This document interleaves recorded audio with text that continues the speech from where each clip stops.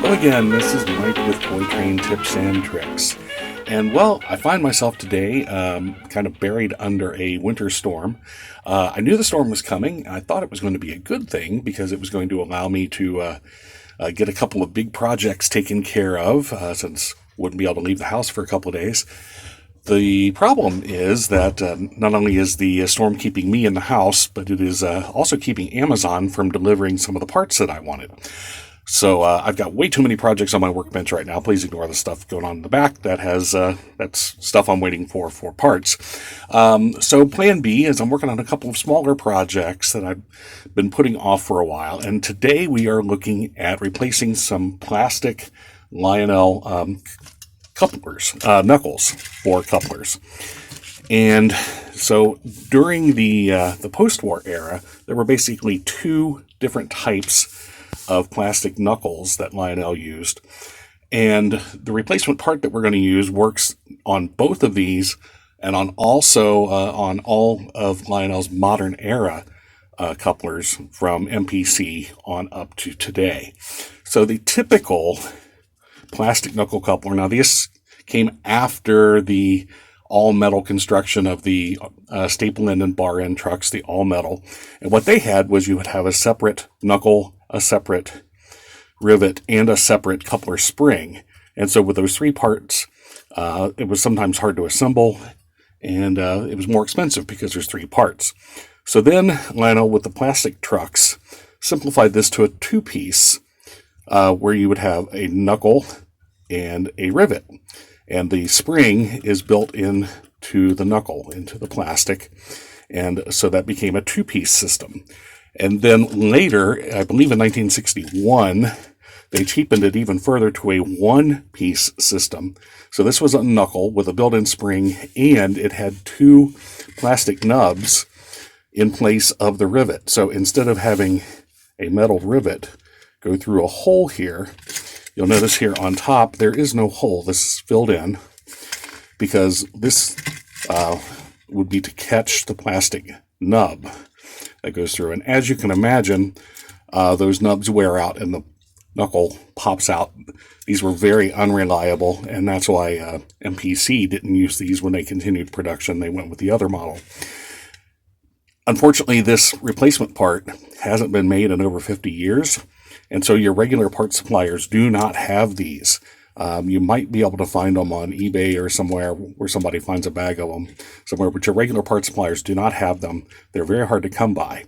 But we can use one replacement knuckle, and we can make it fit on this, and on all of Lionel's modern knuckle couplers. So let's start with this one, and this is what it's supposed to look like. And on this end, we have a typical one where the plastic knuckle has broken, but the rivet is still there.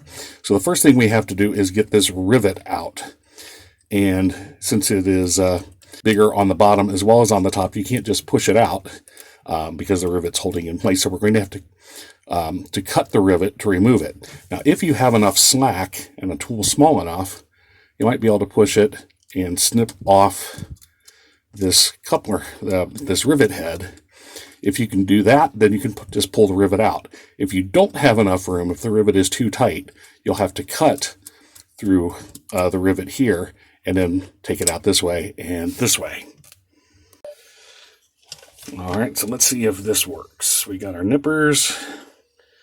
We got it right there on the rivet, and squeeze. I don't think it's going to go. Let's try one more time. Oh, it did.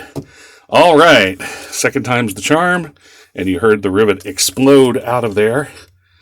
And now we have a nice hole, and fixing the coupler will be a piece of cake. Okay, so here we have our replacement parts. We have our knuckle with the built-in spring, and right here is the hole that the rivet is going to go through. And here we have a replacement rivet. Depending on how you order these, you can get them in black, you can get them in aluminum. It doesn't really matter function-wise. It can go either way, so I've got a black one here. And so that's how it's going to work. We're going to take this coupler, and we put it in whoops, get it here where you can see it. Okay, so we put it in spring first, and then slide everything together, and then I hope, there we go. This is hard to do looking at it through the camera. But then all we have to do then is line up the rivet with the holes.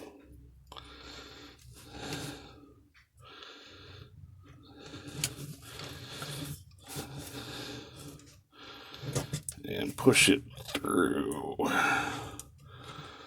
Come on.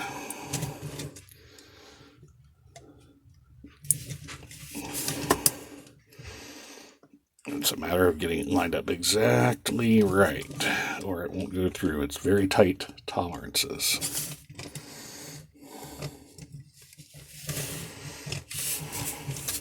There it goes. Got it through the top. Almost there.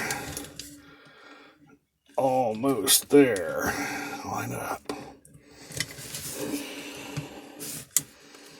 And it's through the bottom. Okay. So all we have to do now is flare out the bottom of the rivet so that it doesn't fall out, and we have a functioning knuckle. And if we line the tab back up here with a coupler, we once again have a functioning coupler. All right, so I put the coupler tab back down below the wheel axle where it's supposed to go, and all we have to do is flare out the end of this rivet.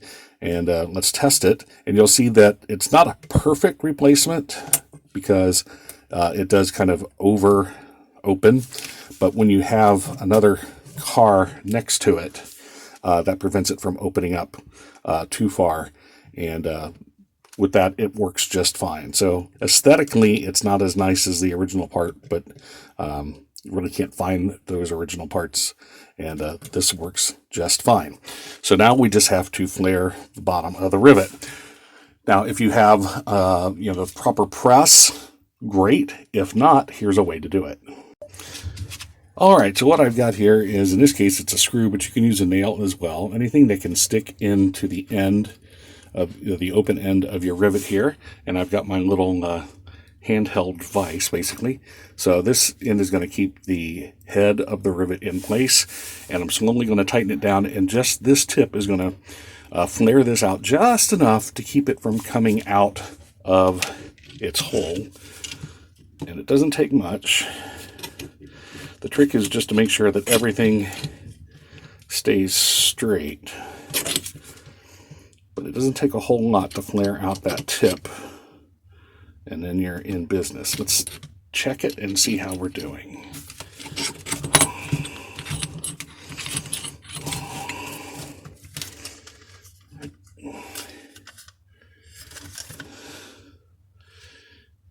Yep. And our rivet is flared out at the end, and that is enough. It will not push back through. So that's all you need. Now you're going to have a little bit of slack there, but that's okay. And that is enough to get the job done. So a car that's been sitting in the junk box for years, for lack of a coupler, is now ready for the layout once again.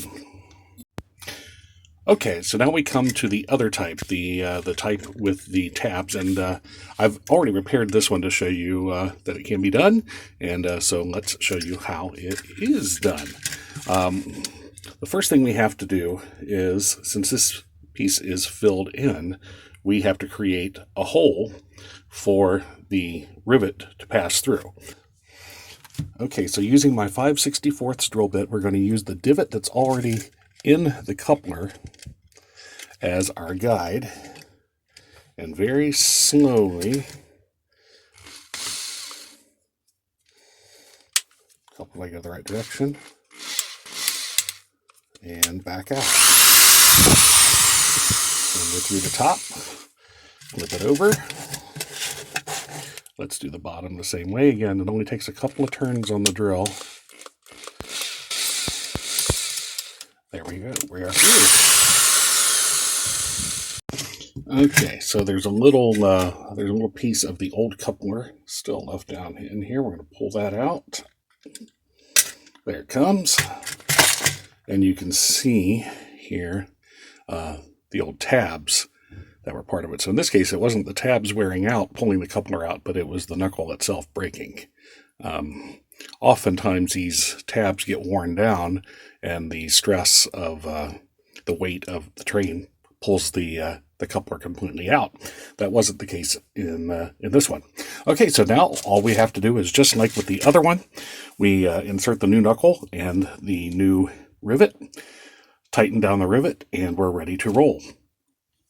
I've been working on the railroad all the livelong day. I've been working on the railroad to pass the time away. Don't you hear the whistle blowing? Rise up so early in the morn. Don't you hear the captain shouting? Dinah, blow your horn.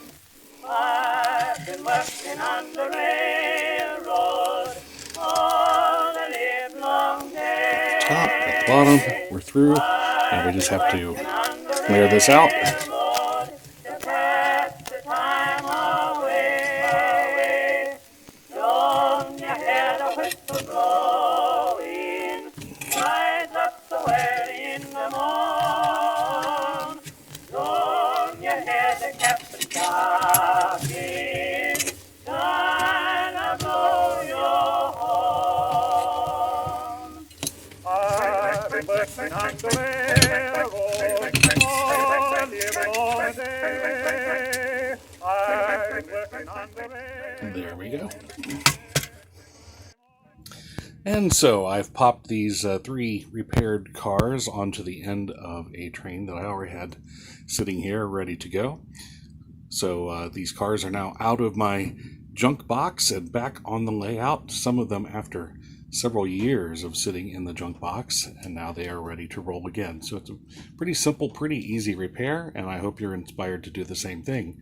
So I hope you like the video, and if you do, please click that like button, share it, subscribe, ring that notification bell, tell your friends, tell your neighbors, and most importantly, as always, keep those streams